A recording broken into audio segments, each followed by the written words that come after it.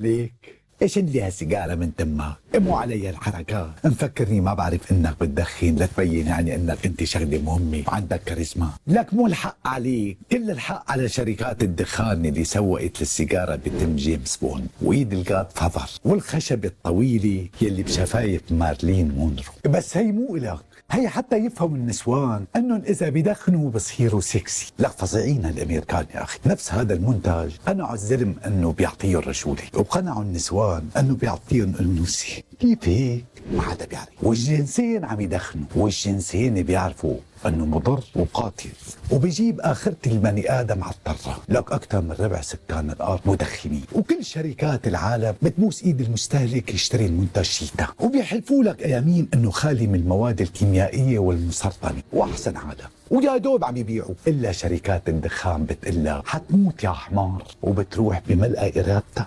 وبتشتري باكيت او بتنزل على القهوه لتركل. طيب كنا بنعرف ليش ما لازم ندخن، خلينا نفهم ليش مندخن. يا أخي بدكي منبطله. شو فوائد الدخان؟ أكيد إذا البيولوجيا بتأكد أنه الدخان قاتل والناس لسه عم تدخن، فجذر السبب لازم يكون نفسي. علميا يا سيدي من المثبت أنه الدخان هو أسرع مضاد للاكتئاب بالدنيا. لهيك بس تشوف مدخن صار معه أي شيء وبلش يخلط مي وزيت وتوتر، بيشحله سيجارة، وهون ببلش النكتين بدمه وبيهدى وبتنح بثواني. هي الحقيقة العلمية صاغ الكاتب السوري المعروف والكبير الأستاذ محمد الماغوط بطريقته العبقرية.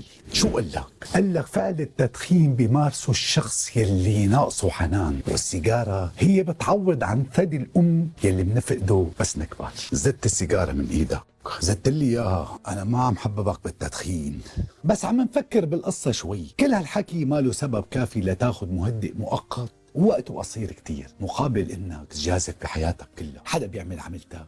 حدا. لانه الابحاث اثبتت انه الانسان بفضل المكافأة الفورية الصغيرة على ان يصبر لوقت اطول ويحصل على مكافأة كبيرة. يعني هلا انزل لي على الشارع سأل العالم تاخذ لك $1000 شندي ولا 10,000 بعد سنة، الناس كلها رح تقول لك لا اخي اعطينا ال1000 شندي، الصلاة على راس الميت. الإنسان على عظمة العقل البشري اللي عنده هو أضعف من أنه يقاوم المتعة الفورية الصغيرة مقابل أن يصبر ليحصل على متعة مؤجلة ولو كانت أكبر بكتير. وإلا ليش الوصول للجنة مو شغلة سهلة على البشر؟ لأنه ها تعطيني سيجارة هلا وبعدين بنحكي.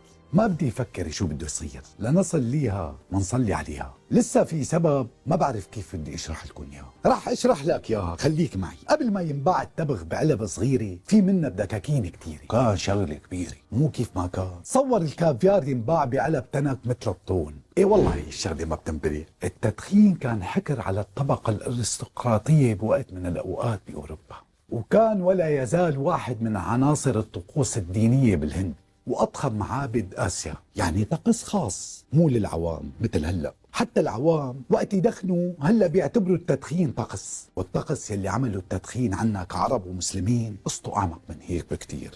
طبعا بعد ما تقاتلنا شي نص قرن اذا حلال ولا حرام، حبينا نحط بصمتنا بالموضوع وما قلدنا الاوروبيين بالتدخين الغليون. سوينا شغله احلى من هيك، شي اسمه ارجيله، اختراع اجى من بلاد فارس والهند، طورناه لوصلنا لشكله الحالي.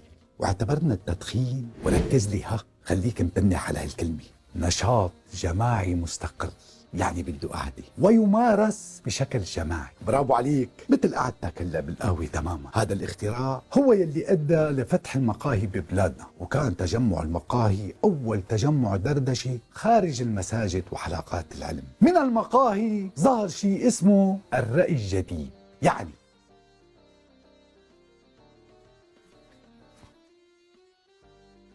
هي شكلت بداية الرأي العام عنا. ولهلا منلاقي مجموعات من المثقفين بيلتقوا بالقهاوي وبيدخنوا وبيأرجلوا ويتجاذبون أطراف الحديث، وكل مجموعة منهم بيعتبروا نفسهم هن الصفوة.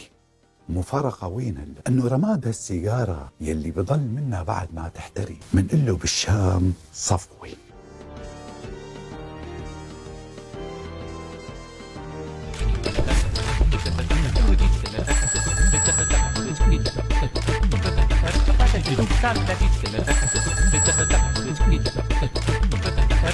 Genug.